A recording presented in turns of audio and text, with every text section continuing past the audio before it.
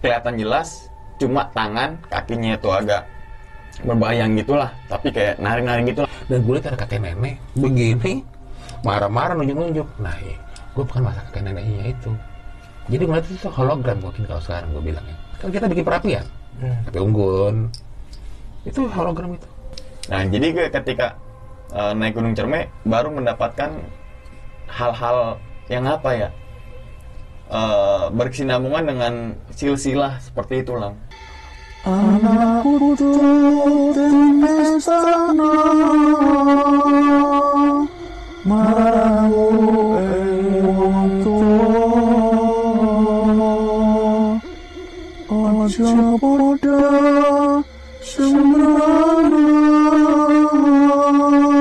putu jujulan mas padha sebab uripmu sedih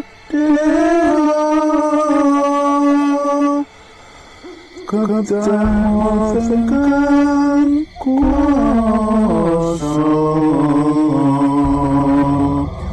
sebab uripmu sendiri jiwaku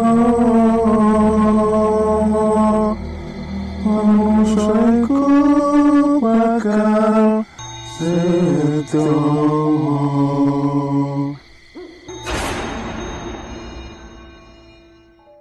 Assalamualaikum warahmatullahi wabarakatuh. Balik lagi sama gua Gilang di ngobrol.com. Dan ada Om Heru dengan channel Heru Survival Communication namanya.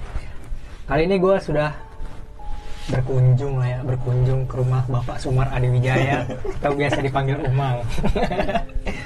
Saya dulu Bang. Halo, Nah sebenarnya kali ini momennya ya ada ceritanya. Sebenarnya lu tinggal ngikutin apa yang akan gue tanyakan gitu Bang. Siap. Kali ini kita akan bahas seputar Gunung Cermai nih Bang.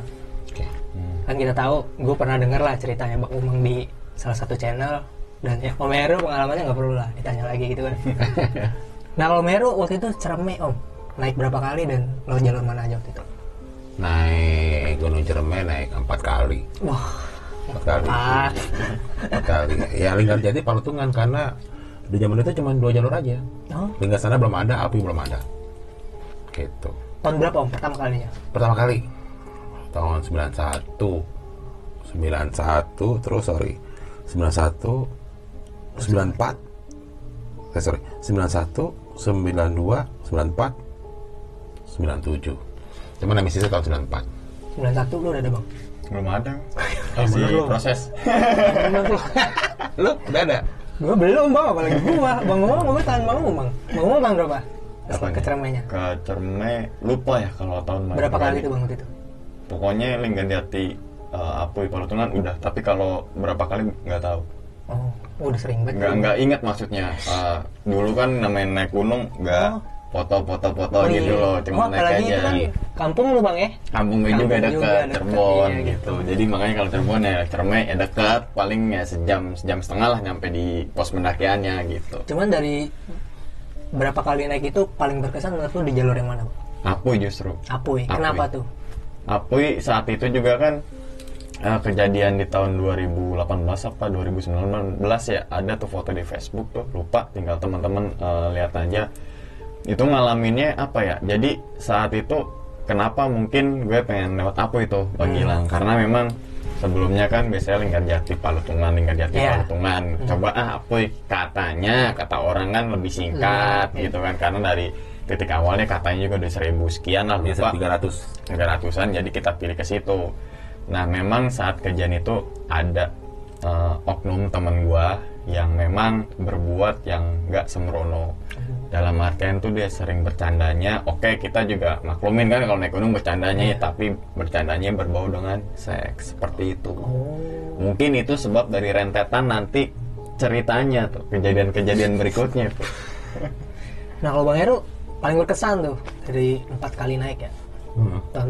Tahun berapa itu? 91 ya? 91, 92, 94 berkesan tuh di jalur mana? Sebenarnya ini ya, lintas jalur. Oh lintas. Selama ini kan Linggarjati, Palutungan. Ini Linggarjati Palutungan. Nah itu paling parah itu. Karena waktu itu itu pendakian massal dan memang apa ya, dan yang ikut banyak pemula, banyak yang tepar, banyak yang pingsan, banyak yang mistis juga sampai Cuma bulan-bulan itu kalau sebulan. ya kalau menurut gue bang ya, mungkin gue salah gitu ya. Ceremnya kalau untuk pemula menurut gue no dah, itu no. dia. Iya. Betul Gitu menurut gue untuk apa ya pemula ya kalian dulu dah. Iya. Untuk kita ke bukit dah. Iya. Gitu kan. betul. Ceremnya bisa dibilang tergolong untuk khususnya Jawa Barat ya. Menurut gue nomor 1 kali ya. Nomor 1. Kalau untuk Jawa Barat ya. Hmm. Kayaknya. Nah kalau Bang Umang waktu itu bang kenapa tuh bang Nah, kejadiannya kah? kejadiannya? Kejadiannya memang gue nggak ditampakin sosok-sosok yang mungkin teman-teman biasa dilihat di kehidupan sehari-hari gitu, yang entah pocong, kunti, gendok gitu kan. KPG ya. Iya, KPG atau paket hemat lah kan. Tapi ini memang kejadian yang ada sangkut pautnya dengan trah atau apalah itu gitu. Oh iya. Jadi terjawab sudah saat pendakian di Gunung Cermai melalui jalur Rapu itu. Nah memang dalam pendakian tersebut malamnya nih ya, kita kan berangkat nih secara kejadiannya aja Iya, kan. iya. Kita kan berangkat dari Jakarta Rebo, otomatis sampai sana Kamis, dan itu kita berangkat nggak kepikiran kalau nanti malam Jumat, malam apalah, karena malam Jumat menurut saya pribadi bukan malam yang menyeramkan gitu kan. Ada yang Selasa manis ini kan, berbeda-beda tuh malam Jumatnya, malam berkah tuh, makanya sunahan. Sunahan gitu kan. Nah saat itu memang yang satu tadi udah disinggung sedikit bahwasanya ada sebabnya gitu kan. Dan kedua mungkin walaupun nggak ada sebabnya mungkin terjawab sudah ketika di malam Jumat, berarti di camp sebelum camp 5, sebelum pos 5 kan pos 4, Iya. pos ekstra lah atau pos bayangan sebelum ke pos 5 kita diriin tenda di situ. Memang saat itu ada juga tuh sionan di luar ngerasain. Jadi ngerasain itu dalam artian itu angin ada, hujan ada. Yang anehnya adalah tenda kita nggak basah, nggak ada tetesan air, terus juga angin berpusar-pusar. Tapi di dalam tenda tuh panas. Tenang gitu ya. Panas aja. Itu baru pertama kali kok di gunung panas. Bahkan kita kan kalau di pos 4,5 ketinggiannya udah 2.500-an kalau nggak salah itu. Otomatis udah dingin dong gitu kan. Walaupun nggak terlalu ngeplong, tapi secara ketinggian tuh udah dingin. Tapi kok panas. Nah saat itu di jam 12, ingat banget. Jadi saat itu si Yuli dan satu oknum ini tidur. Gue bangunin Yonan, wah kita ini aja yuk begadang. Kenapa emang? Udah tahu kalau gue nggak enak nih. Akhirnya gue ngeluarin kamera. Sekarang jam berapa nih? Jam 12. Gimana? Hawa di sini nih dingin sih. Padahal itu gerah lah. Di situ kelihatan banget si Yonan lagi buka jaket gini, gerah. Dan singkat ceritanya malamnya itu kita nggak tahu lah ada apa. Maksudnya kayak malam panjang dalam artian kita nguber untuk di jam 4 pagi itu lama banget. Jadi gue berdua tuh bener-bener begadang untuk jagain, takutnya gue takutin adalah babi, karena Apuy kan banyak banget tuh babi gitu kan. Nah karena gue penasaran di jam 2 atau jam 3 itu kan jam-jam rawan hal itu katanya gitu kan. Karena gue penasaran, gue bukalah flash itu karena gue pengen tahu ini hujan gak sih gitu loh. Dan ternyata pas gue ngeliat itu apa ya, gue nggak ngeliat itu kunti, gue nggak ngeliat apa, tapi bentuknya putih tapi dia gerak-gerak seakan-akan mungkin kalau orang lagi nari. Tapi gue nggak ngeliatan jelas bahwa itu cewek lagi nari, enggak. Kenapa gue dibilang nari? Kelihatan jelas cuma tangan kakinya itu agak berbayang gitulah, tapi kayak nari-nari gitulah. Gue mungkin saat itu ini siluet daripada headlamp gue gitu kan. Ya udah gue biarin aja. Nah ketika itu gue tidur lagi tuh Lang. Ketika gue bangunin, dan itu satu kejadian yang mimpi lah bisa dibilang. Emang mimpi sih. Jadi mimpinya itu gue masuk ke sebuah desa yang depannya itu kayak bukan kayak tapi beneran ciri khas Cirebon banget, batak merah terus Merapi. Pilar. Iya kayak gitulah Gapura. Gue masuk ke situ dan memang rumahnya itu rumah hampir sama, tapi nggak ada penghuni satupun yang keluar ataupun beraktivitas. Itu dalam mimpinya itu. Dan dalam mimpinya itu karena gue kehausan nih, gue masuk ke dalam sebuah gubuk. Jadi gubuk itu berbeda daripada rumah yang lain. Nah, gue masuk itu dan ternyata ada kakek-kakek dan dia bilang menceritakan bisa dibilang keturunan atau apalah, bahwasanya sampean ada garis ini lah, gue nggak tahu lah gitu kan. Oke, singkat ceritanya lagi, ketika turun gunung nih, seminggu kemudian gue pulang kampung. Gue pulang kampung untuk apa? Karena memang bukan untuk nyari tahu hal itu, tapi ada keperluan keluarga. Ya. Berhubung gue pulang kampung, gue tanya ke nenek sama kakek gue yang memang masih hidup, teman-teman. Kek atau nek, sebenarnya Umang ada keturunan gak sih? Ada ini nih, gitulah bahasanya. Kalau buyut sih ada, mungkin ada. Dan gue juga nggak tahu apa sih gitu. Gue aja dari orang tua gue nggak kasih tahu ini garis silsilahnya. Nah, jadi gue ketika naik Gunung Cerme baru mendapatkan hal-hal yang berkesinambungan dengan silsilah seperti itu lah. Jadi nggak ngelihat wah serem, enggak. Justru ada satu makhluk yang memang ketika gue berak saat malam itu sebelum gue tidur. Jadi ada sebuah pohon, gue berak situ sambil ngerokok. Biasa gue biar cepat tuh sambil ngopi lah, bener lah. Kalau nggak percaya lo naik gunung sama gue berak sambil ngopi, bener lo ini lo, bener. Karena biar cepet gitu, relax aja. Biar keluar gitu. Iya. Nah, bro. saat itu ada daun jatuh nih, tek. Gue kaget dong, gue ke atas dong. Lihat ke atas tuh jadi kayak apa ya? Mungkin teman-teman semua ngebayangin sebuah binatang anoa yang kalau apa sih kayak gitu tuh ngelantung gitu. Koala anoa makanya kambing. Salah. Koala. Nah, mukanya itu dia ngarah ke arah puncak lah. Jadi kayak nyerong gitu. Dengan siluetnya dia berbentuknya tuh kayak kepala barong gitu loh. Oh ya. Dan kaki itu melilit ke dahan. Cuma itu toh yang paling serem menurut gua. Tuh ngalamin selebih itu kalau Linggarjati, Palutungan aman-aman kan Cilang. Jadi memang kejadian mistis yang berkesinambungan dengan ya bisa dibilang keluarga atau apalah, nggak secara real. Wah mukanya hancur, ini enggak gitulah. Ngalamin itu aja sih. Nah, silakan ditanggapi Om. Kalau misalkan dari penari itu Om, menurut Om tuh apa sih sebenarnya? Dari yang Bang Umang ngalamin nih. Kalau yang benar itu kan legendanya ini pelet. Ini pelet, legendanya dan mitos di situ. Kan legenda. Cuman kan kalau dulu kita gitu masih kita nanya ini pelet ya, kita juga dulu nggak tahu tuh siapa. Kan gitu.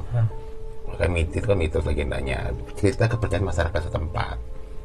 Dan memang nih yang legenda mitos ini pelet itu memang dulunya dia seorang penari.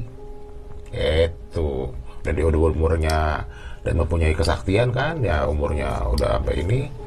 Dia banyak berguru dan dia merebut itu kitab mantra asmara dari Ki Buyut Mangkuntapa. Nah, itu disalahgunakan. Akhirnya benar dia awet muda. Tapi dengan ilmunya itu dia itulah menggait dengan pembesar zaman itu ya. Itu ini pelet. Gue tanya lagi nih Bang Umang. Nah, kan tadi kan katanya kakinya itu samar gitu ya. Yang lagi nari itu. Tapi bajunya kelihatan tuh. Enggak. Jadi kayak baju, entah itu cahaya, pokoknya putih tok lah. Oh, jadi kayak goyang-goyang dong gitu ya? Iya. Oh. Dan rambutnya juga gue nggak ngeliat, maksudnya kayak panjang enggak. Iya. Tapi postur tubuhnya kayak postur tubuh cewek.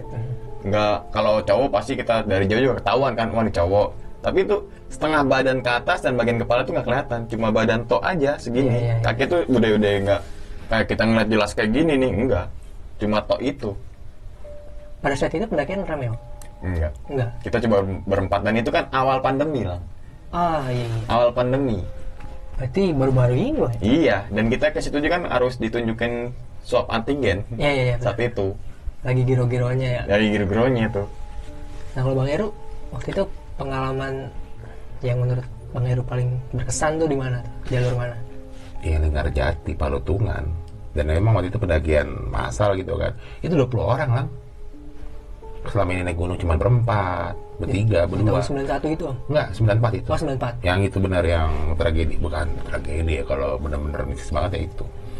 Jadi sebenarnya sih itu apa ya, kalau dibilang itu salah perhitungan, maksudnya namanya bawa orang pemula untuk naik gunung, dia hari ini ke situ seharusnya kan gunung gede.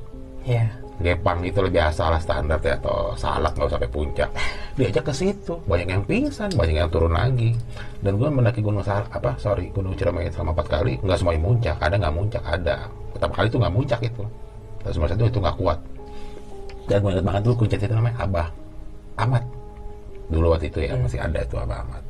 Terus waktu itu karena kita pengen lintas jalur Palutungan, nah itu, dan gue juga nggak tahu pas di tahun 94 itu tuh nggak boleh ngecamp di Batu Lingga. Gue ngecamp di sini tenda Batu Lingga karena kita udah capek banget. Lo tahu kan ke atas Bapak Tere, tanjakan Seruni itu kan dorong scrambling, tenaga udah habis. Gue nggak tahu memang di Batu Lingga itu memang nggak boleh di tenda, cuman ya mau dibilang apa ya, di tenda aja udah. Batu Lingga kalau nggak salah itu ada satu batu yang di situ ada duit koin nggak sih? Ya Ada itulah. ya? Sekarang nggak tahu Udah deh. sekarang udah Itu mungkin sih gue ada. naik ada sih 2015 gitu. Iya, memang banyak juga orang kalau dulu ya, kalau Imam Satu Suro juga suka ada yang itu ya, ritualan di situ. Nah, di Batu Lingga itu ya, namanya zaman dulu ya. Mungkin kalau zaman sekarang, kalau ngeliat kayak gitu jangan ngomongin. Tapi zaman gue di ngomongin, tahu nggak lo? Gue liat itu di ngomongin. Gimana ceritanya? Temen gue lagi sih tidur sih, namanya sleeping bag kan segini dong, dia segini. Temen gue nyeletuk, lo kalau tidur sleeping bag jangan tutupin muka dong, sebatas leher. Ini karena dingin banget ya menurut dia, ditutup sampai semuka. Dia bilang begitu. Lo aja tidur kayak gitu, ntar kayak pocong lo. Gak lama kemudian kita tidur tuh dia loncat lo. Sekarang gimana logikanya kita berempat, gue di mulut tenda, jadi di sini tuh bisa kesini, begini. Jelas Ya. Om. Ih, semuanya ngelihat. Terus ada kerasukan juga. Ya, kalau gue bilang gue kurang paham ya apa sih kayak kerasukan maung. Dan gue lihat ada kakek nenek begini, marah-marah nunjuk-nunjuk. Nah, gue bukan masa kakek neneknya itu. Jadi ngeliat itu hologram mungkin kalau sekarang gue bilang ya. Kan kita bikin perapian. Tapi Unggun. Itu hologram itu. Marah-marah. Gue bukan masalah itunya. Kita berempat lihat. Samping kiri kanan kakek nenek itu macan, loreng. Wah, itu merinding. Marah-marah itu menunjuk ya, tapi pakai bahasa Sunda. Gue gak paham tuh waktu itu. Nah setelah itu, wah tuh terornya banyak banget tuh.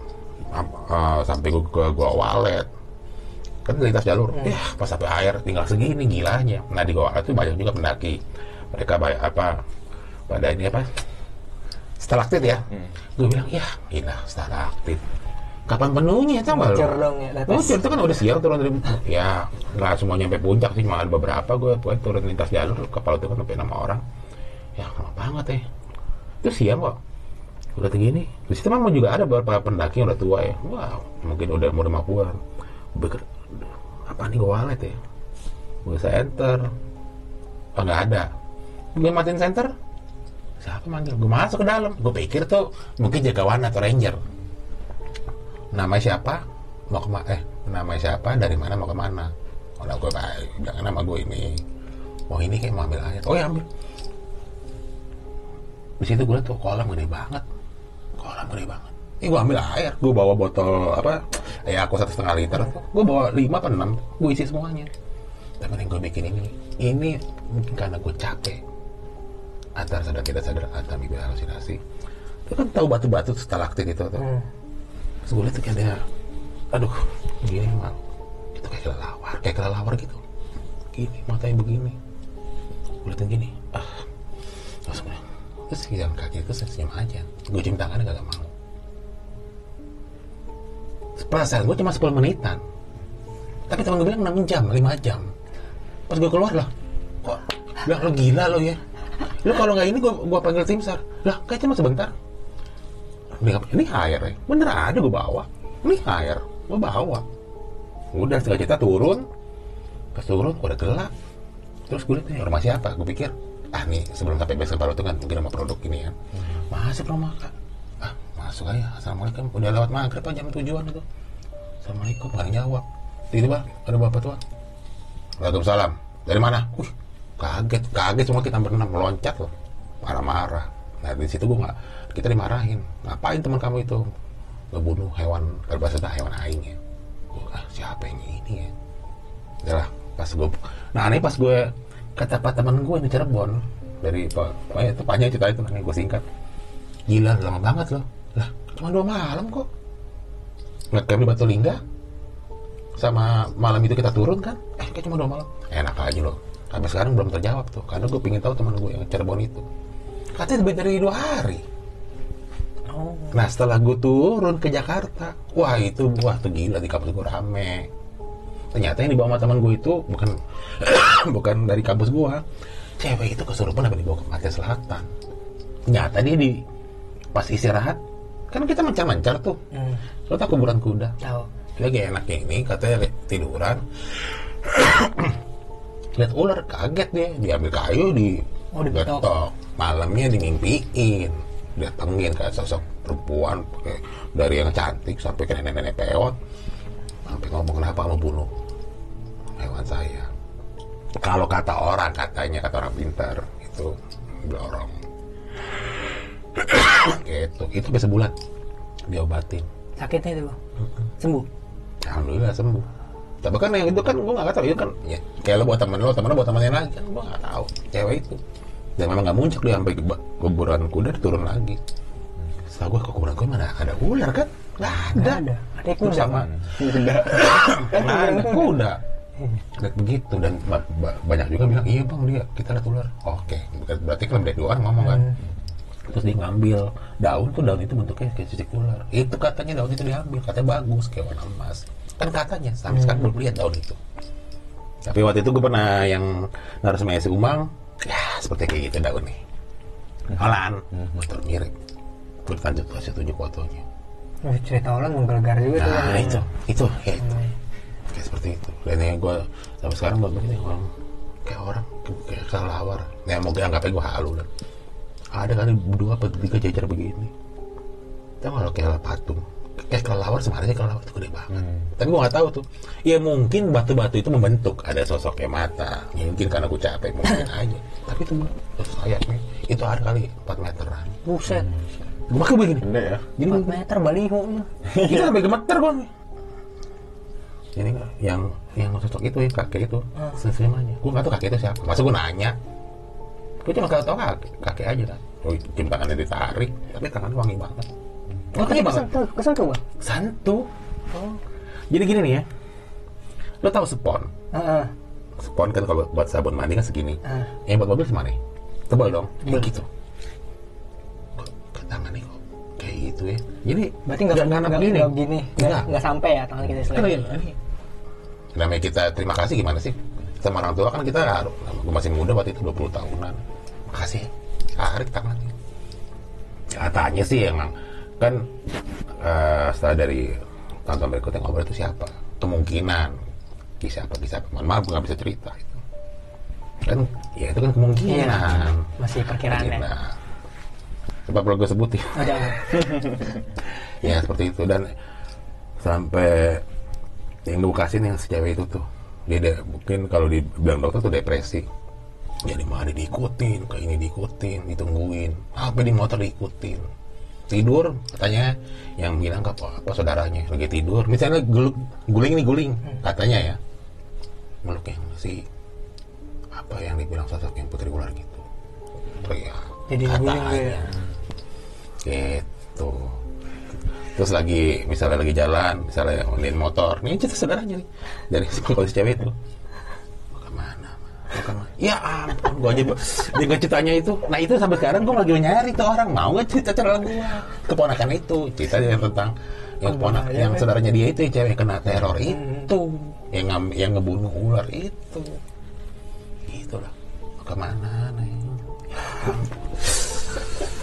Sampai sekarang gue masih penasaran itu sampai itu. Itu motor lo tinggal nggak Bang? Tinggal gue ingin jalan udah. Kalau gue cuma pernah kayak gitu di Gunung juga gitu. Nyuwun sewu, kakek diseret. Nyuwun sewu mas.